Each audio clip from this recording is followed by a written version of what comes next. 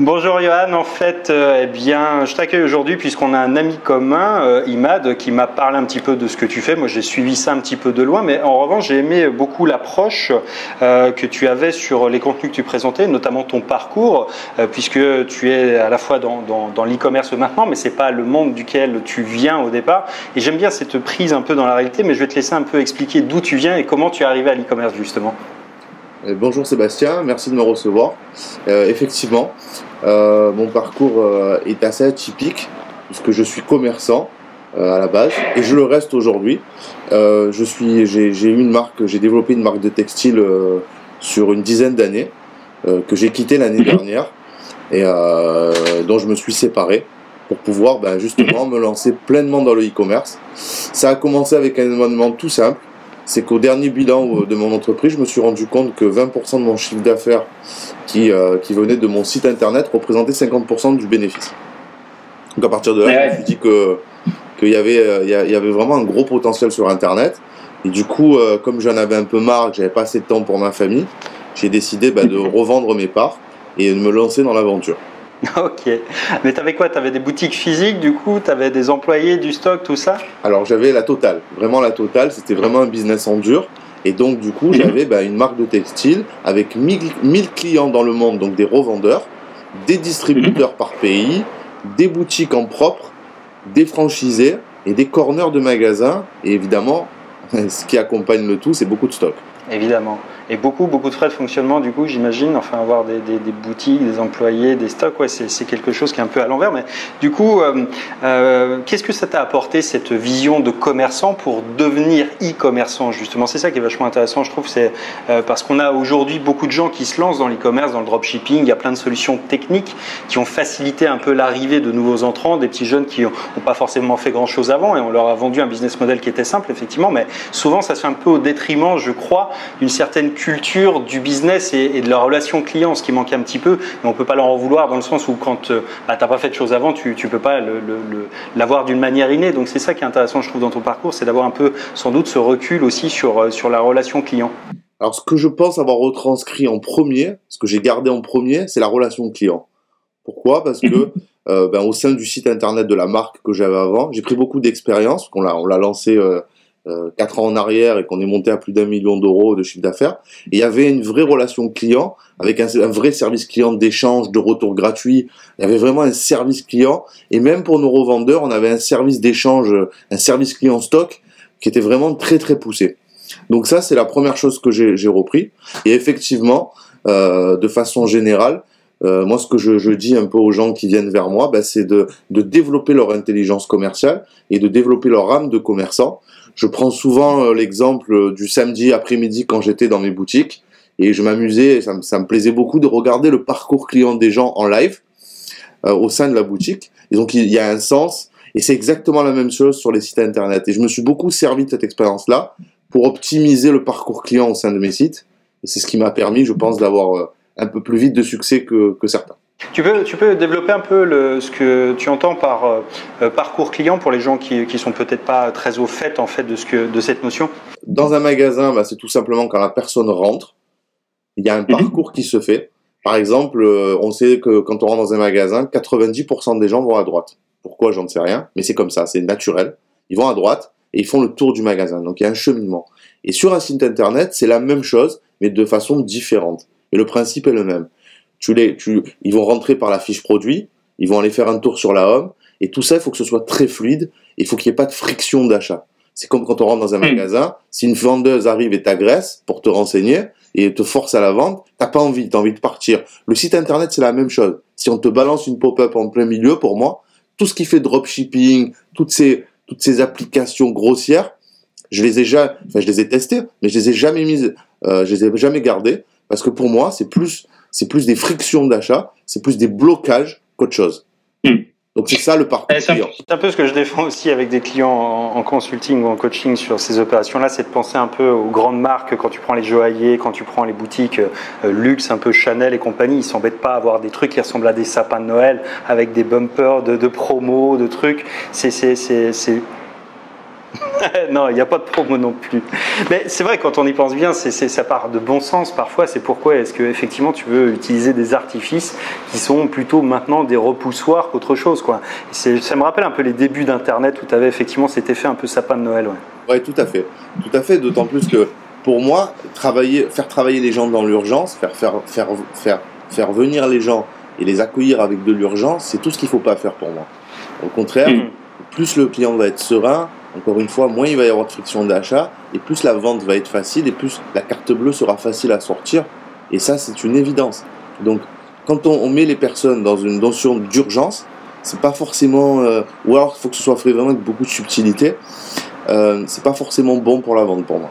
Non, en fait, le problème, c'est pas tant la notion d'urgence. Je pense que l'urgence maquillée ou fake, c'est-à-dire, voilà, plus que 50 pièces en stock sur un site où tu as un trafic de 100 personnes. Donc ça, c'est complètement artificiel. En réalité, si tu as une bonne explication, quelque chose qui dit, voilà, cet objet, on le fabrique à la main et il y a un délai de 3 semaines parce qu'il faut qu'on le fasse, parce qu'il y a un process derrière, et dire qu'il faut le réserver maintenant parce qu'après, il n'y en aura peut-être plus. Enfin, quand c'est vraiment quelque chose de concret, c'est intéressant à exploiter, effectivement, mais c'est pas toujours le cas, enfin, du moins sur les sites de drop, c'est rarement le cas, je trouve. Ok, ça c'est vachement intéressant. Maintenant, comment t'es passé toi d'une manière concrète? Parce que je sais qu'il y a plein de gens, et j'en ai souvent en ligne, des gens qui sont un peu des commerçants, mais pas seulement, des gens qui ont des petites entreprises, des choses comme ça, et qui sont un peu bloqués justement dans le monde réel et qui n'ont pas fait le passage vers Internet. Il y a toute une génération de gens qui n'ont pas forcément côtoyé voilà, la pub Facebook, enfin comment est-ce qu'on fait de l'acquisition sur Internet, comment est-ce qu'on emmène du trafic, comment est-ce qu'on convertit le trafic, et alors même la notion de trafic, c'est quelque chose qui échappe souvent à beaucoup de gens, alors que finalement Internet, c'est jamais qu'un canal d'acquisition, de conversion comme un autre finalement, mais qui est quand même assez peu utilisé par les gens. Enfin, il y a vraiment, je pense, une séparation entre le monde réel et Internet, et il y a assez peu de gens qui savent maîtriser les deux canaux à la fois, quoi. Donc je trouve ça intéressant effectivement que toi tu aies pu faire cette bascule, et peut-être que ça va intéresser et donner même un déclic aux gens de savoir comment toi tu es passé de commerçant à e-commerçant, vraiment avec tout ce que ça a comme avantage aujourd'hui. Vraiment, pour moi, je considère que les gens qui sont dans cette typologie, qui sont déjà commerçants et qui sont vraiment voilà, qui ont un magasin dans la rue, ou qui sont commerçants, ou qui ont vraiment une activité classique, c'est beaucoup plus facile pour eux en fait de faire la passation. Pourquoi? Parce qu'ils ont déjà ce retour d'expérience et qu'ils savent déjà parler à un client, donc ça va être plus facile pour eux de copywriter, ça va être plus facile pour eux de mettre en page une fiche produit et d'expliquer ce que ça va apporter au client en termes de valeur. Et puis tout simplement, pour répondre à ta question en termes de comment moi j'ai fait, je t'avoue que je suis tombé par hasard en fait sur des vidéos, tout simplement. Et au départ, pas sur l'e-commerce en particulier, mais plus sur l'infoprenariat et sur l'indépendance financière, j'ai envie de dire de façon plus générale. Et du coup, j'ai voulu tester de suite. J'ai une nature très curieuse et j'ai voulu de suite tester. Donc je me suis toujours de suite intéressé à Shopify. J'en ai monté un de suite. Au départ, j'avais vu une vidéo sur du gratuit plus frais de livraison, donc vraiment je suis à l'antipode de ça aujourd'hui, mais j'ai voulu quand même voir ce que c'était parce que ça m'a intrigué. C'est ça réellement qui m'a suscité le premier intérêt. Et du coup, je l'ai pas fait parce que je trouvais pas ça très éthique pour moi. Mais par contre, ça m'a mis le pied à l'étrier pour monter un premier site. Et j'ai fait beaucoup de tests. Et voilà, j'ai pas mis énormément de budget, mais un petit peu quand même pour démarrer. Histoire de me donner un petit peu plus de chance. Donc quand je dis un peu de budget, voilà, c'est 100 € par jour, hein, au plus gros, pour vraiment avoir de la data, et voilà. Et puis voilà, je me suis beaucoup intéressé par moi-même tout seul. Donc le jusqu'au boutisme et la notion du curieux, je pense que c'est deux notions qu'on doit avoir pour faire cette passation. Et pour pouvoir se donner les moyens de passer d'un monde à l'autre. Mais les deux sont loin d'être incompatibles. Bien au contraire. Pour les gens qui ont une boutique, c'est très très très facile aujourd'hui d'ouvrir un Shopify et de mettre en ligne les produits qu'on a en magasin, puisqu'on a déjà son stock. Donc c'est une valeur ajoutée énorme.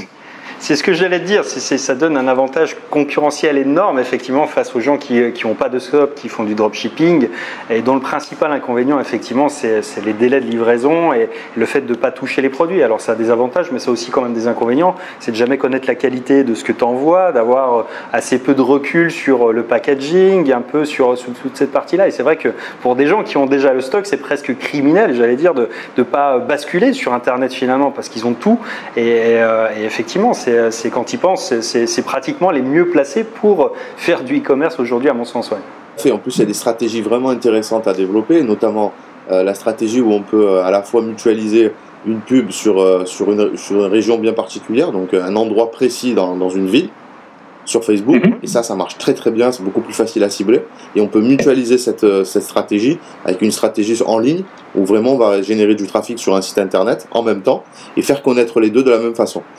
Et d'autant plus que là, nous, ce que je propose aujourd'hui sur le monoproduit en particulier, là aussi c'est une très bonne stratégie pour démarrer pour un commerçant, parce qu'il suffit de prendre son best-seller de sa boutique par exemple, et de le mettre en ligne avec cette méthodologie qui est simple et efficace, on l'a prouvé, on montre les chiffres de façon transparente pour ce que nous on a ouvert, et puis comme ça il peut développer déjà son business sur déjà son meilleur produit, et puis après upseller et faire grandir son site, ou sur du multiproduit, ou sur un produit complémentaire, j'ai envie de dire. Ok. Ça serait quoi les investissements pour des gens qui voudraient justement tenter l'aventure de passer en ligne, des gens qui sont déjà commerçants, qui ont déjà, comme tu le disais, une idée d'un produit, d'un best-seller, voire même de 2 ou 3 qui pourraient être déjà exploités assez facilement. Qu'est-ce qu'il faudrait qu'ils comptent comme budget, comme tâche à accomplir, et quel est un peu le mini plan d'action que tu leur donnerais? Tout dépend s'ils veulent se former par eux-mêmes ou s'ils veulent passer par une formation, alors, que ce soit la mienne ou une autre, peu importe, l'essentiel c'est de se former. En tout cas, s'il veut démarrer déjà avec un bon produit, développer un site, c'est pas grand-chose. Il faut compter une centaine d'euros pour les abonnements entre Shopify, deux, trois applications qui sont efficaces pour retargeter les gens, tout ça. Et on va dire un petit budget. Pour moi, un bon budget pour démarrer une activité sur Internet, c'est 500 euros pour démarrer vraiment avec de la pub et être efficace, et pour pouvoir générer les premières ventes. Ok, donc c'est franchement rien, effectivement, quand tu penses au coût d'exploitation d'une boutique physique, en fait. C'est ça qui est sidérant, en fait, je trouve, c'est le fossé, en réalité, de coûts structurels que tu as pour créer une activité sur Internet, et celui pour être présent dans la vraie vie. C'est vrai, ça coûte quoi une boutique? Quelques dizaines de milliers d'euros entre le fonds de commerce, l'aménagement, le stock, etc. Alors que sur Internet, effectivement, là, tu n'as pas besoin de grand-chose quand tu y regardes bien pour transférer ton savoir-faire, finalement. Tout à fait. C'est grâce à ça, d'ailleurs, que c'est grâce à ce que tu es en train de dire que malgré que j'avais une entreprise de plus de 10 millions d'euros, je gagne mieux ma vie aujourd'hui avec 4 sites internet qui tournent et un coût de fonctionnement évidemment ridicule, que quand je faisais 10 millions d'euros avec ma boîte et 2 associés. Effectivement. Et tu fais quoi aujourd'hui? Tu es sur du dropshipping, tu as du stock? J'ai une grande boutique de dropshipping où à l'intérieur j'ai une stratégie aussi POD pour justement, j'en parle dans un de mes posts, pour pouvoir donner beaucoup de crédibilité à l'offre dropshipping. Tu peux expliquer POD? Oui, bien sûr. Donc la POD, c'est tout simplement des entreprises, des sites internet qui vous proposent des articles unis, donc neutres, des t-shirts, des mugs, des sweats, beaucoup d'accessoires. C'est très riche, et vous pouvez apposer vos logos, votre marque, vos messages, un message qui rappelle par exemple le produit que vous vendez ou la thématique de votre site. Par exemple, ça marche très bien, moi c'est ce que je fais. Et ça donne beaucoup de crédibilité à l'offre, déjà parce que les délais de livraison sont très, très raccourcis. Deuxièmement, il y a une qualité de service qui est superbe. Et puis, en termes de visuel et de design, ça donne vraiment beaucoup de crédibilité au site de dropshipping, et ça permet justement de ne pas avoir des sites qui ressemblent à des sites de dropshipping, sur lesquels moi, je me bats pour pas que les gens aient des sites qui ressemblent à des sites de dropshipping. On revient à notre sujet de départ. Donc la POD, c'est du sourcing personnalisable. C'est trouver des produits et les personnaliser. Moi, je travaille avec une entreprise qui bosse bien, qui s'est beaucoup remis en question cette année, et ça fonctionne bien avec eux. Et même si tu vends pas beaucoup, la valeur que ça t'apporte sur ton site en termes de crédibilité, elle est énorme. Donc ça vaut le coup de le faire. Et d'ailleurs, c'est une des stratégies qu'on propose aussi en monoproduit, parce que c'est vraiment top. Donc voilà, tu peux démarrer comme ça, et faire quelque chose de très bien aussi, et mutualiser les stratégies. Il n'y a pas de problème. Ok. Ok. Maintenant, une question qu'on me repose très souvent aussi, c'est alors 2017, 2018, enfin 2017, ça a été une grosse année pour le e-commerce en général, le dropshipping en particulier. Il y a eu beaucoup de formations qui sont sorties, beaucoup de gens qui en ont parlé, même si l'e-commerce, ça remonte au début d'Internet, ce qu'on oublie souvent, et que c'est finalement pas très nouveau, ni le dropshipping, ni l'e-commerce, mais il y a eu vraiment un effet de mode très important. Et il y a plein de gens, moi, qui me posent la question de savoir, mais il y a tellement de gens qui se sont lancés maintenant, c'est trop tard, c'est la ruée vers l'or, c'est terminé, il y a tout le monde qui est passé, qu'est-ce que moi, est-ce que je peux encore espérer faire alors qu'il y a des boutiques partout, dans toutes les niches, comment je vais arriver à trouver une idée, un produit qui marche, etc. Qu'est-ce que tu peux répondre à des gens qui ont certainement cette appréhension-là, à la fois de ne pas connaître forcément très bien le milieu d'Internet, et puis surtout avoir regardé un petit peu le train qui passait en se disant que merde, ils n'étaient pas dedans et que c'est peut-être maintenant terminé, quoi. Oui, effectivement, je comprends cette appréhension, elle est normale. Mais honnêtement, pour moi, c'est illimité. Illimité en termes d'audience, selon ce que tu fais comme audience, c'est illimité. Je te donne un exemple très concret. J'ai une des boutiques où maintenant je délègue beaucoup le service client parce que j'ai formé des équipes à ça. Et donc je m'en suis très peu occupé ces derniers temps parce que je développais vraiment la formation et que ça m'a pris beaucoup de temps. Et je voyais la boutique un petit peu redescendre. Et du coup, je suis passé de 2500 € à 1000 à 1500 € par jour. Je commençais un petit peu à m'inquiéter sur cette boutique qui fait de très beaux chiffres. Et là, en début de semaine, j'ai vraiment pris le taureau par les cornes. Et voilà, je me suis remis. Et hier, on a fait une journée à 2500 € avec moins de 400 € de budget pub. Donc, c'est jamais fini. Et il y a vraiment de la place pour tout le monde. Le e-commerce va représenter en 2020, je crois... quelque chose comme, je dis pas de bêtises, mais 4000 milliards, 4000 milliards de dollars au monde. Donc il y a de la place vraiment pour tout le monde. Le plus important, je pense que c'est de trouver la sienne, trouver sa place, trouver son offre et apporter sa valeur. Et le gros avantage, c'est que voilà, si on a l'âme de commerçant, il est facile de développer cette valeur ajoutée par rapport à de grands sites. Tu sais qu'on me pose souvent la question, oui, mais pourquoi les gens vont aller chez toi au lieu d'aller chez Amazon, par exemple, des questions comme ça. Et justement, c'est qu'on peut installer une proximité avec le client qui ne sera jamais celle d'Amazon. Et c'est ça la grande valeur ajoutée. On peut interagir avec ses clients. Moi, je me rappelle au départ, j'appelais les clients au téléphone pour savoir pourquoi ils abandonnaient leur panier. Ça m'intéressait de savoir et de développer la relation client dans ce sens-là, de vouloir bien les servir. Et c'est cette proximité qu'on installe finalement qui fait la différence. Ouais, tout à fait. Alors juste pour avoir justement un peu de recul pour des gens qui sont dans le commerce, c'est quoi les taux de marge que tu peux avoir aujourd'hui comparativement à ce que tu avais en activité? Tu disais que tu gagnes beaucoup mieux ta vie maintenant avec 3-4 boutiques plutôt qu'avec un chiffre d'affaires de plusieurs millions d'euros avant et des associés. C'est quoi la marge avant et la marge maintenant que tu peux espérer sur les activités? En fait, avant, on tournait avec tous les frais de fonctionnement, on avait plus de 30 employés. Les investissements de pub, parce qu'il y avait quand même énormément de pub. Si on ramène à ce que je fais aujourd'hui, c'est pas grand chose par rapport à ce qu'on faisait dans le dur. Le taux de marge aujourd'hui sur les sites, il tourne approximativement. Alors le taux de marge brut, alors c'est la marge, le coefficient que tu fais, en général c'est 3. Et une fois que tu as enlevé les pubs et que tu as enlevé tous les frais de fonctionnement, si tu es entre, on va dire, 15 et 20%, c'est déjà un très bon score. Donc c'est très intéressant. Donc si tu fais 20 000 €, tu vas sortir net 2 000 € par mois. Donc c'est vraiment très intéressant. On peut faire mieux. Après, tout dépend du statut. Tu as le statut, moi je sais qu'au départ j'étais en auto-entrepreneur. Et c'est vrai que c'est un statut très intéressant pour démarrer parce qu'on constitue vraiment un petit trésor de guerre. Moi j'ai constitué vraiment un vrai petit trésor de guerre alors que j'ai même pas encore vendu ma boîte. Et après, bon, tu montes une société, c'est normal, tu payes des impôts, tu payes la TVA, donc ça rogne un peu ta marge, mais tu fais en fonction de ça, et on s'en sort quand même très bien. Ok, super.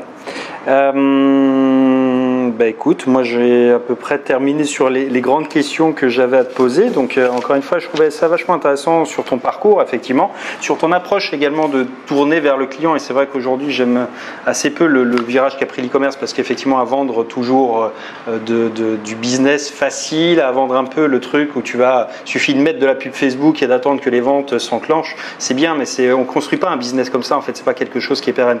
En revanche, avoir cette réflexion tournée vers le client, ça peut paraître con, mais c'est un truc qui est, je trouve, un peu mis au second plan dans beaucoup de formations sur le dropshipping où on dit c'est simple, voilà, tu commandes un produit, voilà, les produits tu les vois pas, c'est juste des chiffres, c'est des mails qui passent. Non, c'est pas ça. Le business, à mon sens, c'est quand même quelque chose qui est beaucoup plus humain que ça. Et à mon sens, vraiment, l'e-commerce n'a de sens et d'avenir que vraiment en creusant cette relation. Parce que ce qui fera la différence, c'est encore une fois, tu peux avoir des concurrents sur le même marché, sur la même niche, mais en revanche, si tu es le meilleur auprès de tes clients, bah, c'est vers toi qu'ils reviendront toujours acheter et pas vers celui qui les maltraite, quoi. Ou du moins, on a toujours cette notion-là d'aller vers l'endroit où on est le mieux traité. Moi, j'aime bien cette philosophie-là et c'est vrai que je suis un client fidèle sur à peu près tous les trucs dès lors que je me sens considéré. Et je pense que les gens sont un peu tous les mêmes avec ce type de réflexe. C'est que c'est vrai, si tu veux vraiment envisager du business de long terme, bah, il suffit de soigner tes clients parce qu'encore une fois, un client, et ça j'en ai beaucoup parlé, mais un client, une fois que tu l'as, le plus dur c'est de le convaincre une fois, mais une fois que la personne elle a eu le produit entre les mains, qu'elle était contente,